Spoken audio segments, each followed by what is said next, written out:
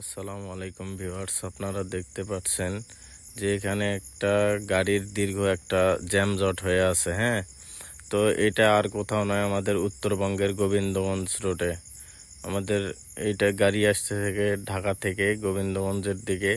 এখান থেকে কিছু গাড়ি ভাগ হয়ে যাবে, কিছু দিনাজপুর রোডে ঢুকবে, দিনাজপুর ঠাকুরগাঁ রোডে, আর একটা যাবে সোজা রংপুরে, রংপুর গাইবান্ধা রোডে।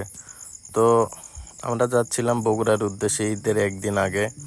তো এই জ্যাম দেখে নিজেরই খারাপ লাগতেছে যে আল্লাহ যেন এরা সুস্থভাবে বা এরা যেন সঠিক সময়ে যেন বাসায় পৌঁছায় এবং সবার সঙ্গে প্রিয়জনদের সঙ্গে যেন ঈদ করতে পারে।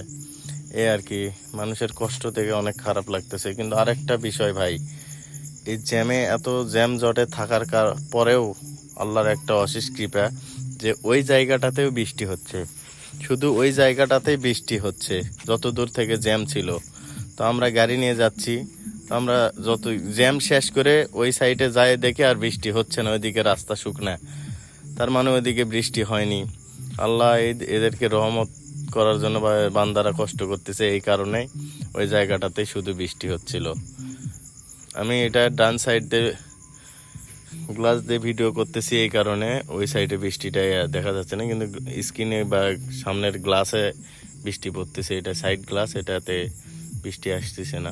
তো সবাই দোয়া করবেন এই ভাইয়েরা যারা জ্যামে আটকে আছে এরা যেন তাদের নিজ নিজ গন্তব্য স্থানে যায় সময় মতো পৌঁছায় এবং সবার সঙ্গে আনন্দ ভাগাভাগি করে ঈদ করতে পারে, ঈদের খাওয়া দাওয়া বা কুরবানি সঠিকভাবে দিতে পারে। সবাই দোয়া করবেন এদের জন্য। এই বলে আমি আমার বক্তব্য ভিডিও এখানে শেষ করলাম। আল্লাহ হাফেজ, আসসালামু আলাইকুম রহমতুল্লাহ।